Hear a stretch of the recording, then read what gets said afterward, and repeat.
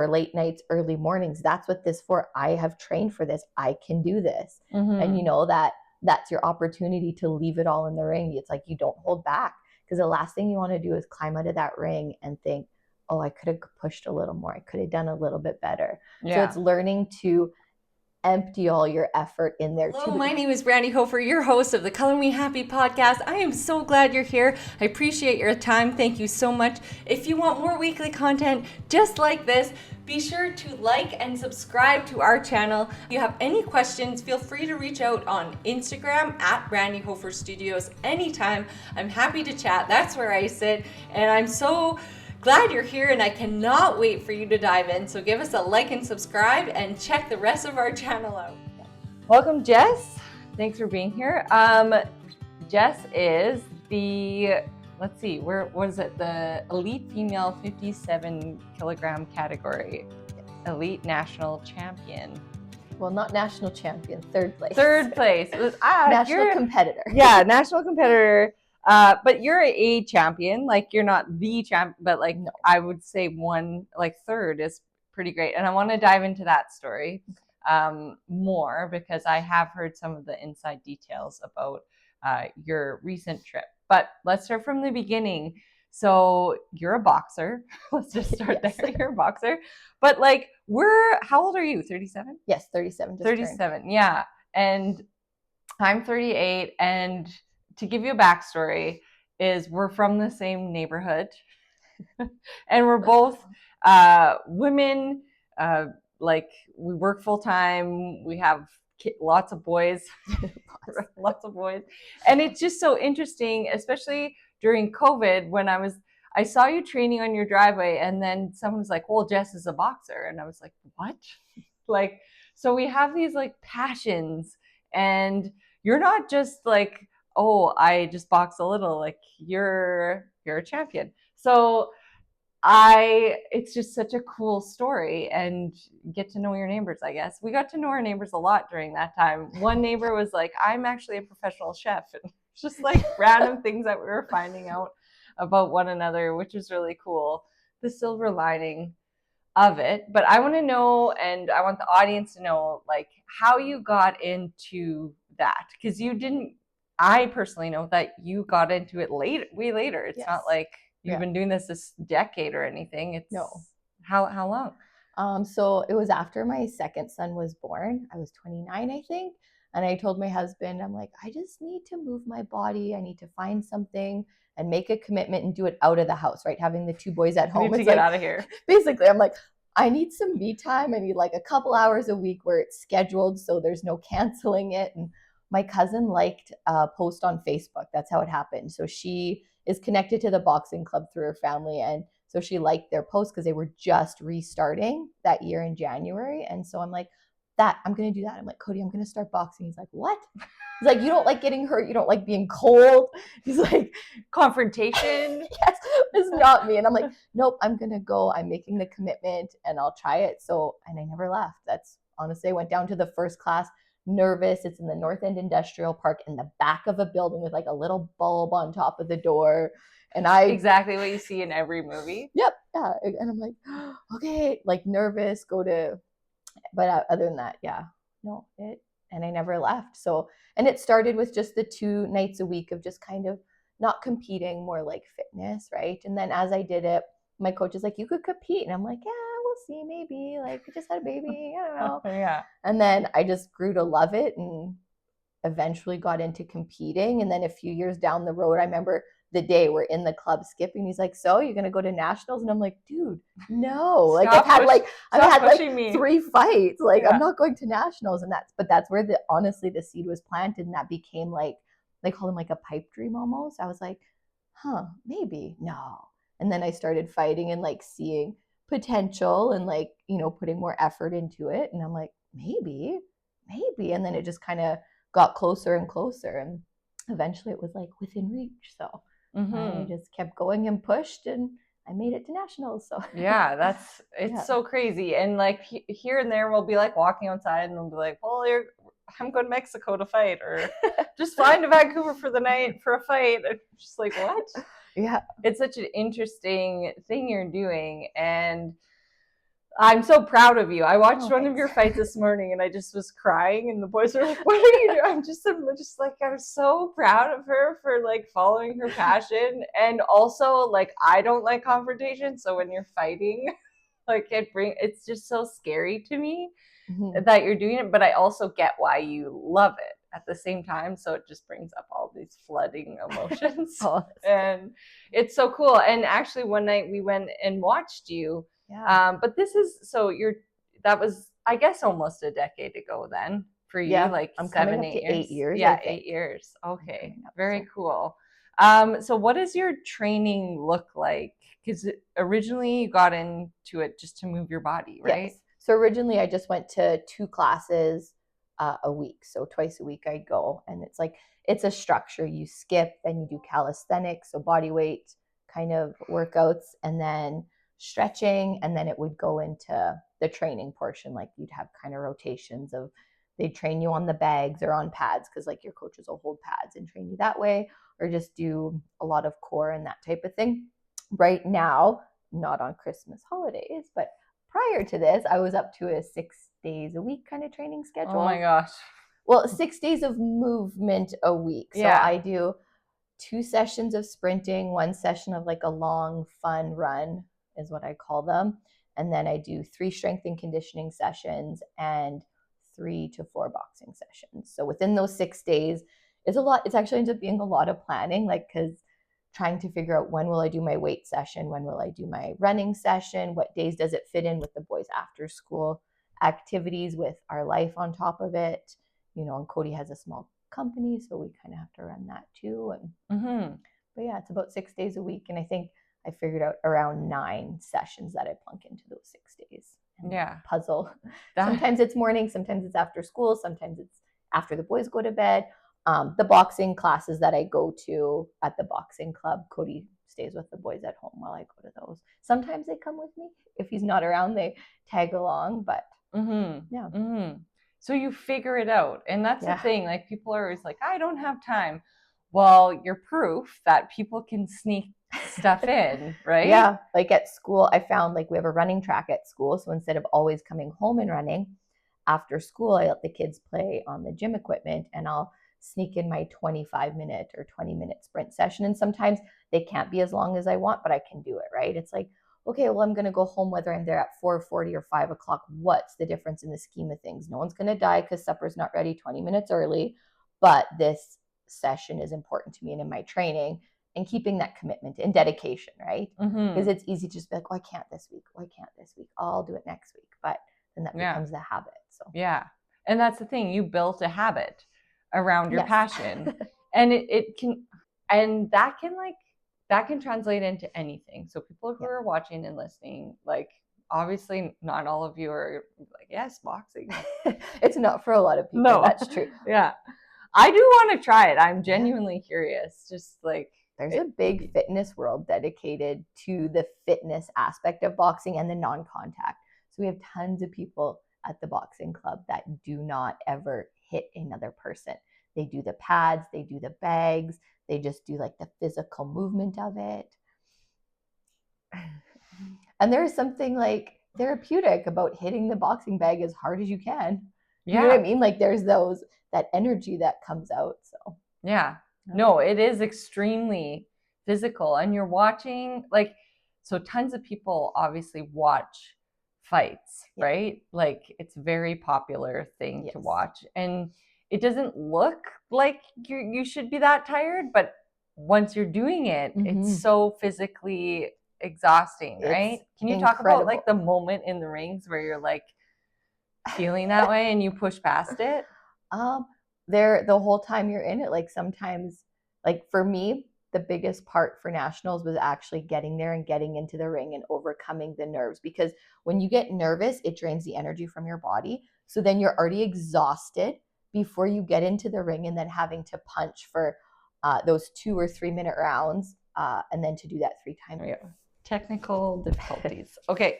Okay. So yeah, let's go back to that, like feeling. So you're in, because leading up, I couldn't even imagine, like, because I raced cross country running in college, and I hated that feeling. The lead up? And it's not even like no one gave a shit if I ran fast. They weren't except for watching me. you and no, it wasn't squared, like in the ring where people that so like you're like for days fight or flighting, right? Absolutely. Up to that point. For sure. Like and you have to learn to deal with the nerves. Like I know my coach, he's like, oh yeah, after, he's like my third or seventh fight, he's like, I wasn't nervous anymore. And I'm like, dude, I'm at like 22 and I'm still dying every time I go to get in there. Like sleeping? Like my sleeping, I'm pretty good. Like, are you? Because I'm very routined. I really like structure of things. So my sleep is generally not interrupted. And when it comes to boxing, I prioritize like my health, my sleep. I don't like with weight cutting because that's very common in the sport. And so I fight at really close to my walk around weight. So there's people that are like sleeping in sauna blankets, doing hot baths, cutting like what? that's very common. To hit the right weight? To get the right weight, right? So I don't do that. I start my weight cut sooner and I track my calories and I still am properly fueling my body. So my sleep is generally not disrupted, which is good. But you like have to learn to lean into the mental aspect of it. Like that internal self-talk becomes really important, and what you say to yourself. And do you like go away from it? Do you try to ignore it? Or do you lean into it and correct it? So over the years, like you kind of learn to balance what works best for you. So it's like it's leaning into the self-talk, changing the narrative that's going on in your head when your nerves kind of take over. But also it's like, you know what? I like to spend time with my family. I like to do things, enjoy, like put joy in my life, because then the nervousness is not there. Does that make sense? Like after weigh-ins and stuff. But there comes a point where you're just sitting there looking in the ring and you're going over, why am I here? What am I here to do? What is my game plan? I can do this.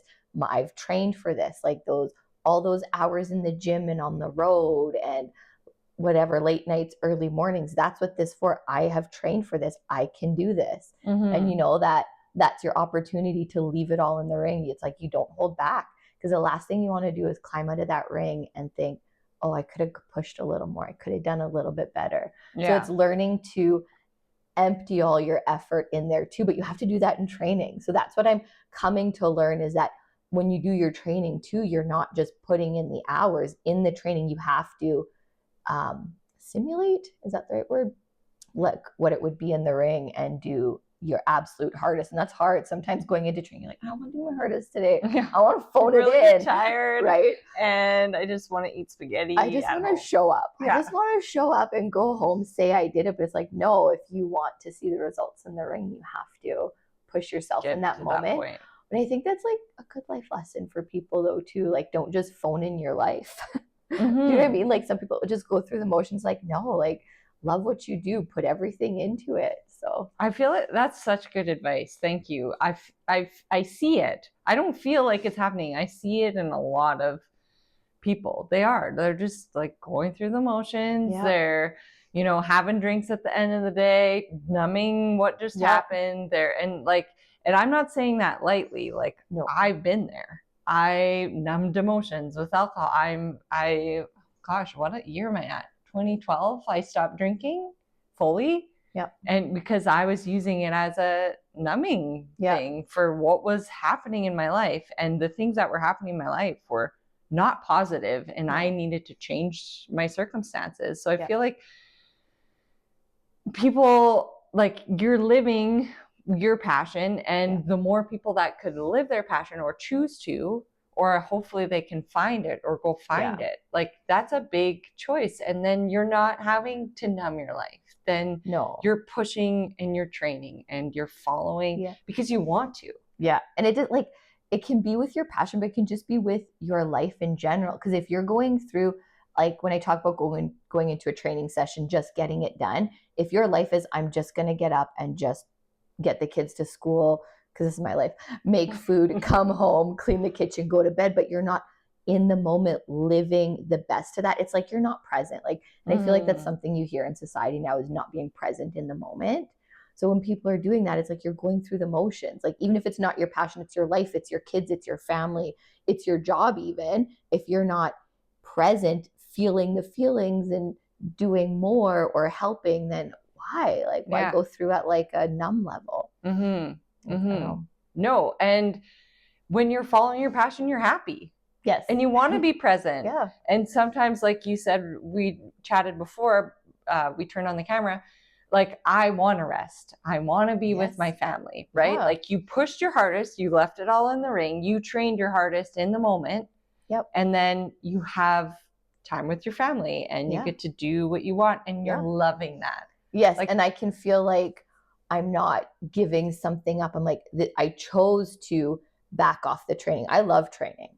I feel so good when I train. I like learning new things. I like watching my skill level change too. Do you know what I mean? Like, oh yeah, learning something new. Everyone has that, whatever they're doing, hitting that new goal. Yeah, which they always change because you're always evolving. Or learning something new. Yeah, and so for now, it was like, okay, I'm going to back off the training so that I can be in like and enjoy the moments I'm in, instead of like, hey, I got to get to this training session. I have to do that. So, but I chose that for this portion of time, and then I'll go back to training because I'm already excited to kind of dive deep into it again. I took my rest. I'm ready now. Yeah. And that's important. But it is important to have those almost like deloading phases is kind of what I think they use. So, but also good for your children to see you following your passion, because we talked about it on one podcast, more is caught than taught, Michelle Gustafson said. More is caught than taught. Yeah. So you can tell your kids a million things. They don't listen. No, they don't listen at all.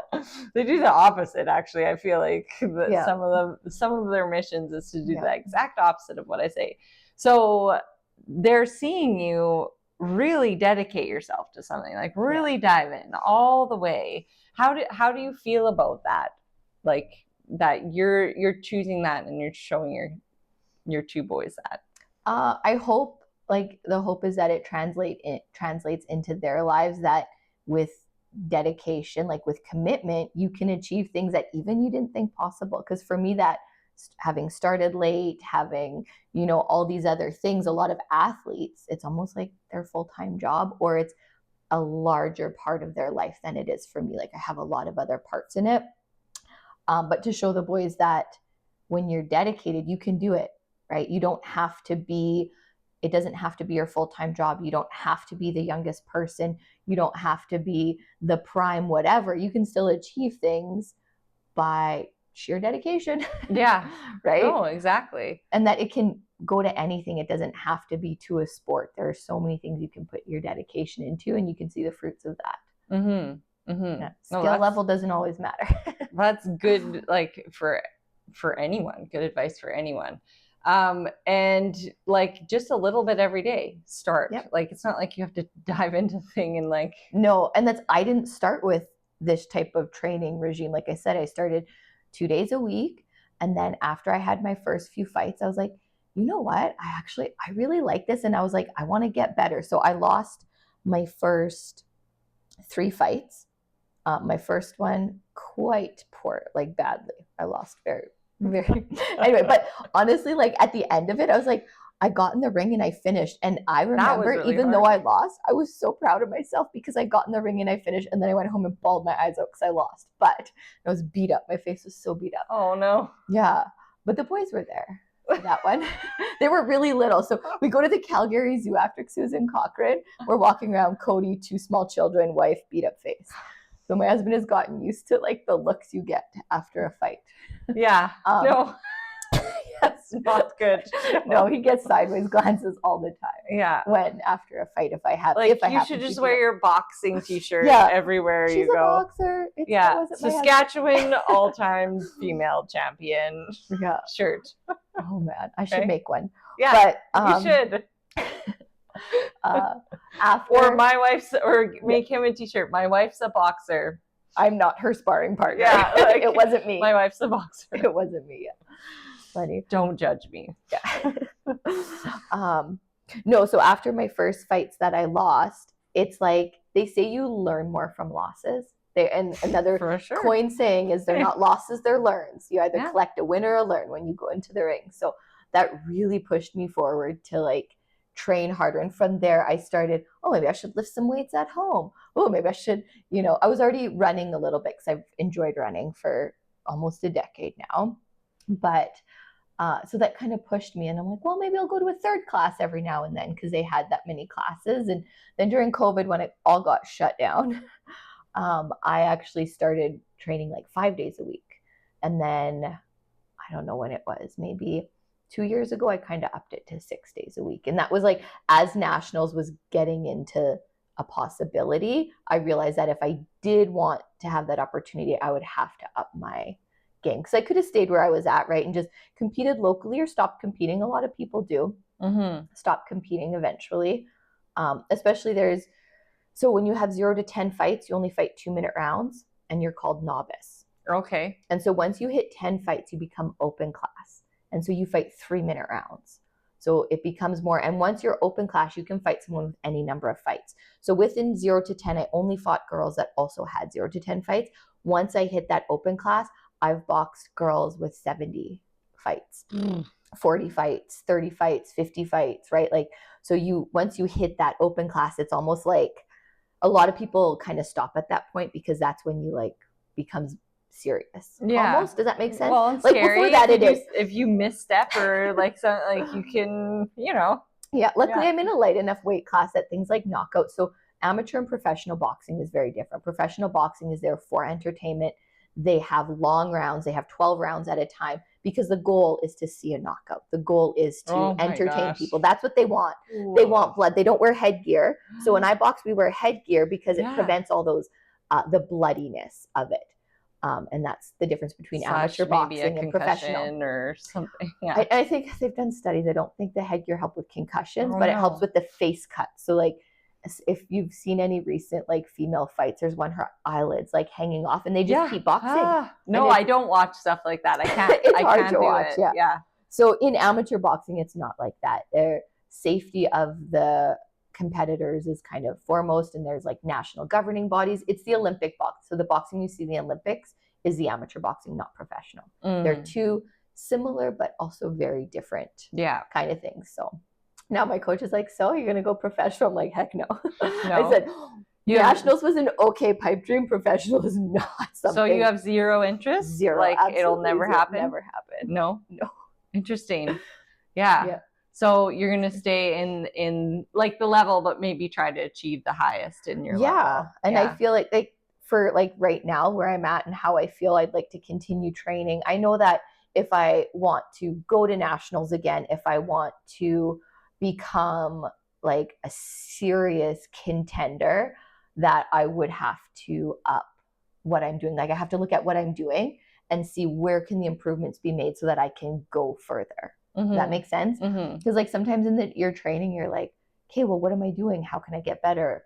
So it's always finding those little things, and that's working with your coach, working with like a lot of these boxers have strength and conditioning coaches, nutrition coaches, recovery coaches. Like they have all these things. A team. I'm like behind them. I have my boxing club, my boxing coach, and the people there are also like so helpful. Like it's awesome, the community of it, willing to give feedback and help you. And okay, in this sparring session, I'm working on this, so they'll adjust their sparring to train me for whatever. And cool. I've had like within boxing, Saskatchewan, they had some training camps and got people to come in specific to kind of help train me for nationals. So I'm hoping that, boxing Saskatchewan, as like it's becoming more popular, that they continue to grow and can provide like those opportunities for athletes. There's opportunity for it within Saskatchewan. There's like resources that can be accessed, and hopefully they can do that and grow their boxing community, because there's a lot of young kids coming up too. That's like the biggest team we have right now is our youth team. So is it like it's a smaller thing that's going on and it just needs some more attention and more participants? And I think the nature of the sport, a lot of people get weeded out. Does that make sense? Like it's not for everybody. Like getting punched in the face is difficult. Parents watching their kids getting punched in the face. My mom watched one of my boxing matches in Lloyd, and she's like, honey, I love you, but I'm never going to watch you box again. No. She's like, send me the videos. I will support you and watch you. She's like, but I will not go into like an event, right? She has a hard time watching that. Yeah, for sure. Soft heart. Yes. Soft Yeah. heart. And when it's your own kid, you're like, Yeah, right? no, that's probably why I cry when I watch it. I'm like, I'm uncomfortable. Yep. You know, she's probably very uncomfortable. Like so many things come up. Mm-hmm. You're right. It's not for everyone. But do you see yourself as an advocate for like growing more, or shining a light on the sports in Saskatchewan? I feel like it's important and it's something that can be done. I don't know if I am in the place to be an advocate for it. Like I see that I've achieved something and it means things to people. So like when people come in or they want to talk or, they need coaching in the club. I love being able to go and do that, especially like young girls, because like I can't relate to being a teenage boy, but I can relate to being a teenage girl. So you kind of see that and you're like, like just with some encouragement, with some opportunity, maybe this is your thing. Maybe it's not, and that's okay. But I want people to have the opportunity to see if it's their thing. Because I see like the joy that I've found, and not just joy, but fullness, purpose. Is that yeah, that I've seen with it, and I'd like for other people to find that. And for some people it's boxing, right, like, and it's a smaller sport, so some people that don't know what else to do, they don't want to go on a big team thing, maybe they're more introverted and the team thing is hard for them. Boxing being the type of sport it is, you can be very introverted and go far with it, whereas I guess you can on team sports, but it's what's the word, like maybe hard for people to join team sports sometimes if they don't feel like they're right good enough or as good as other people, or I don't know. Yeah, no, the dynamics are very different. Yeah, for sure. Do you see yourself going into coaching at all? I've thought about it and looked into it, coaching. I think I'd like to. Right now I do help out with one of the youth classes once a week at the boxing club, and I do really like that, especially like seeing the kids that are kind of shy or not wanting, you know what I mean? Like I like to go in and encourage them and kind of push them. So I think I'd like to do my coaching, just because I want to stay around the sport, and I will age out. Like this is going to happen. I cannot box forever. You can try. I can't. We have this gentleman, he's 70, just over 70, and he was a coach when the boxing club was here years and years ago, and he still comes and he hits the bags and he works out and he'll help out. And so I'm like, see, that's going to be me. I'm just going to be the old lady at the back walking around yelling at kids every now and then. That's old lady. Yeah. No, I'd like to coach. I think it would be neat eventually, depending on how it grows, to do like a girls class or to try to get into the schools and open it up, make it more accessible. So you are advocating for the sport. I guess. Yeah. I have no concrete plans to do that, but I'd like to. That is something, because sometimes when you say it out loud, it kind of comes true. Yeah. Like when coach is like, so nationals? Maybe eventually. So when did you decide to go do nationals? Like when was that? I don't remember when he kind of planted that seed, but the opportunity came up. So in order to go to nationals, you have to, be provincial champion. I guess you have to be the best in the province. And now I am the reigning Saskatchewan provincial champion, but to be fair, I don't have to compete for it because there's nobody else in my weight category that's open class. I know that's not what people want to hear, but it's the truth, and I feel kind of fake when people someone's like, oh, she's like the boxing champion. I'm like, yeah, but that's kind of box nobody for it. It's me. It's me. I have had to box twice for it. Like, honestly, I've had to, but those girls aren't in the sport anymore. There's no one that's been here, like gone in the sport and stayed and become open class. So that your provincial association, when you have to be your provincial champion, and then they have to, like, Boxing Saskatchewan kind of looks and they decide, do we want to send them to? That's another thing, is like, just because I'm the champion doesn't mean I'm automatically getting to go. So that makes me feel better that someone did look and say, yeah, she has a chance, not just, okay, I guess she's the only person, we'll send her. And not all provinces like send you. So Boxing Saskatchewan funded our trip this year for nationals. They had their biggest team in the last, I don't know, they had, I think, 9 boxers go and compete. Oh, wow. Awesome. Yeah, so they did training camps. We got together as a team for a couple weekends in Saskatoon and got to go and kind of do that. So fun. yeah. Do you want to talk about nationals, like how it went, the ins and outs, and what happened? It was good. Like, and what was wonderful is that so Boxing Saskatchewan sent a team manager, and she did everything, made sure everyone was registered, told us beforehand what paperwork we needed to have in, because you have to get a lot of papers done just for safety. Which you don't really want to think about when you're about to fight. Yeah, so she made sure we had all that beforehand. She had copies of it all. This is like your flights, everything was done. You just kind of showed up and they took you where to go, or took you where you needed to go. And where was it? It was in Sarnia, Ontario. It was held just at a school that was there, but it's a different atmosphere because for the last however long, I've followed these Team Canada boxers because they're the ones that have been, because I followed it for about 2 Olympic cycles now. And so I got to see all these females that are showing up on my Instagram who I'm just like fangirling over. Cool. And they're like beside me in the hotel, or they're training beside me, or they're in my weight category to compete against. And getting to see them in person was pretty awesome.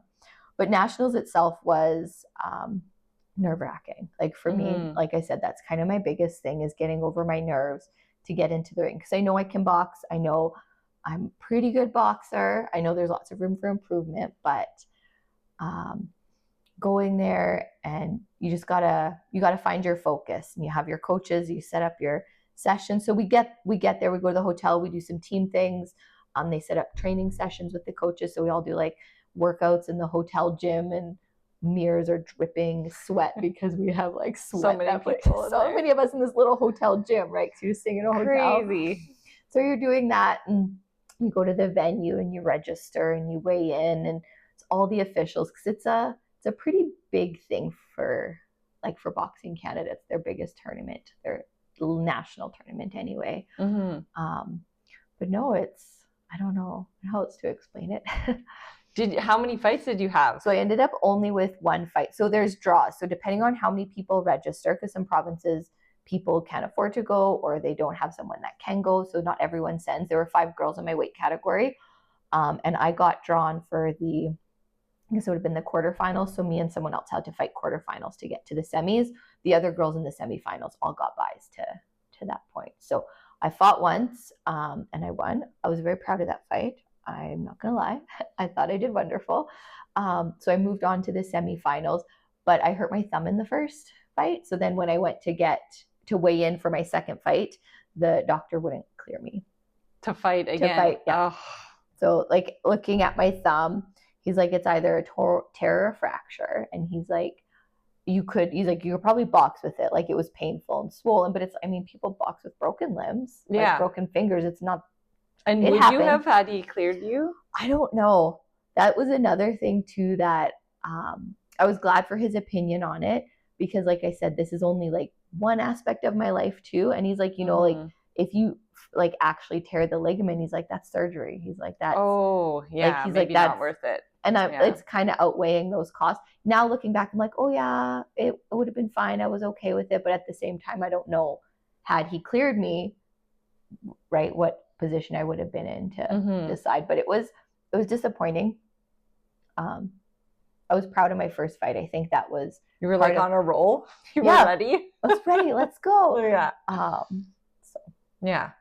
But maybe it's just like you said about like disappointments, or there's a lesson and it happened for a reason, and maybe it's setting you up for like something what's else. your next like what goal? If I would have fought and wrecked it, and then I'm not boxing anymore? Yeah. Like there's part of that too. It's like, well, like if I can't ever do it because of that, or have to take 2 years off, well, by that time I'm so old, because boxing, there's masters. So once you're 40, you become a master, and you start declining in terms of like, you go from longer rounds.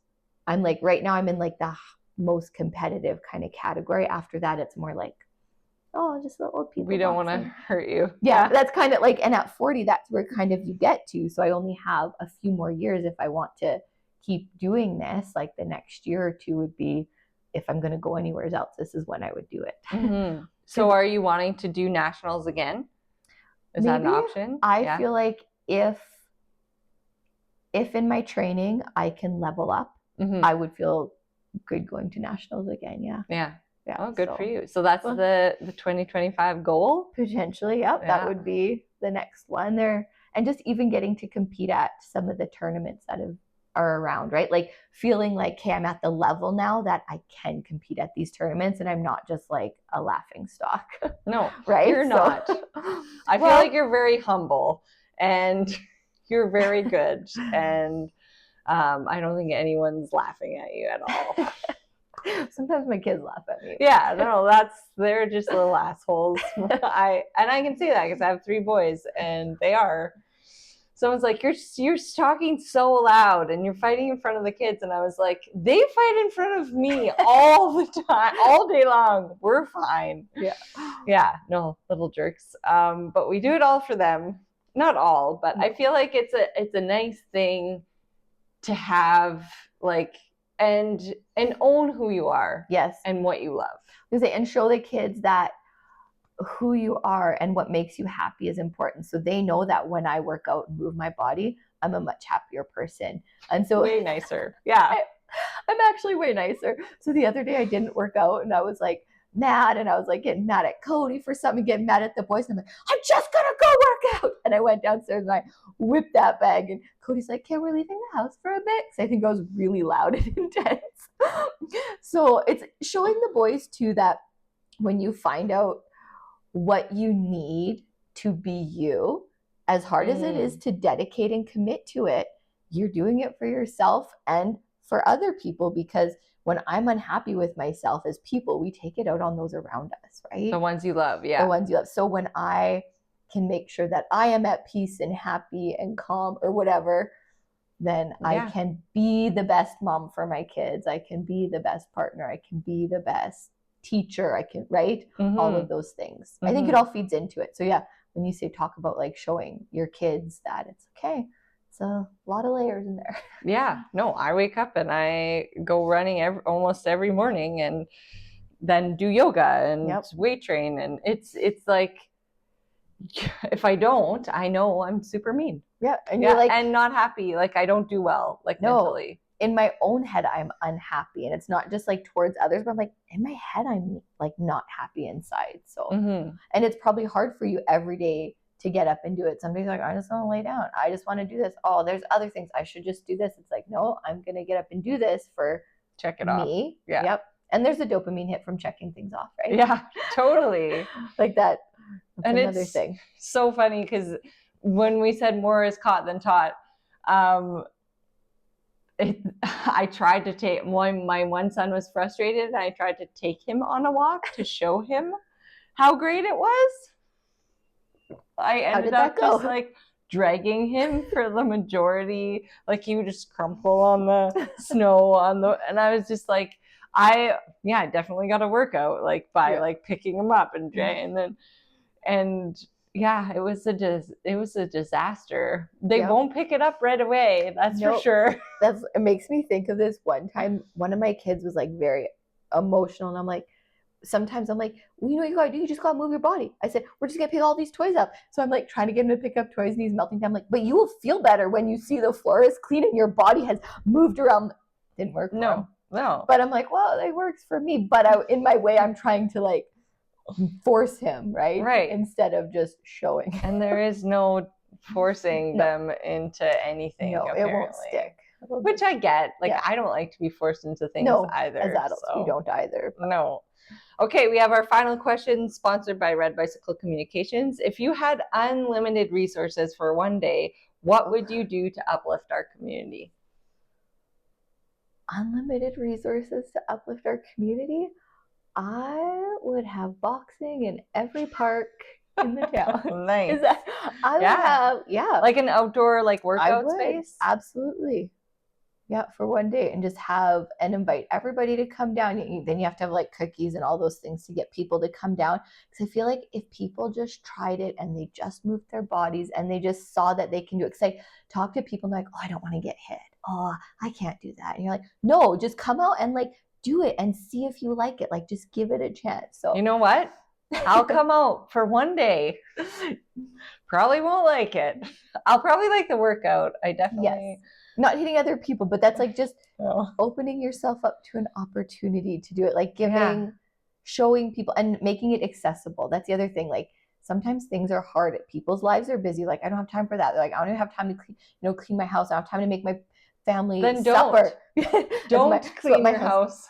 Some people can't let go of it. They can't, right? No, I texted you last night. I was like, my house is disgusting and I won't be cleaning it. That's okay. Just a warning when you walk in. Okay, it's our house too. I'm like, is this Lego and underwear under my couch? I'm like, perfect. Oh, there's orange peels and so I picked many 2 orange peels up this morning in my hallway. I'm like, okay, I'll pick these up, I guess. I love how they just peel oranges and like drop the pieces behind Where them. did this come from? It's not even close to the kitchen. No. Under my bed. Orange peels. No, I'll come out. We'll film it.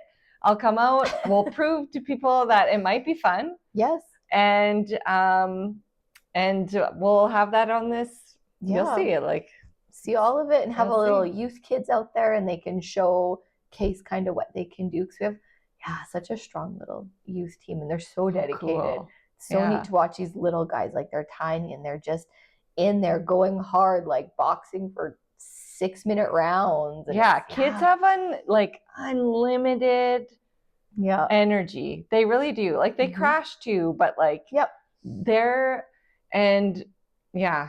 my kids can just run. Like if we could do a race, like they can just run 5K at the drop of a hat. Like I can't get them to run to train. No, like they'll bike with me for 5-10K, but they will not. No, they will not. I'm like, I'm going running. Anyone want to come? And sometimes people are like, if I stop for gum on my bike, I'll come. But like, but then there's like the big Circle K. Yeah, exactly. Slushes. But they'll just run those, like if the color run or whatever it is, they'll be like, do it. Run it at my pace. That's crazy. It is crazy. So anyways, I'll have a story I'll tell you after this, but like, they're pretty cool. But thank you for coming on. You're an inspiration to many, and probably a lot of youth in your club. So I can't wait to come check it out. Yes, you'll have to come see it. Thank you. Yeah. If you want to feel empowered and inspired, like and subscribe for more. And if you want to get creative, check out all our art hacks on this channel.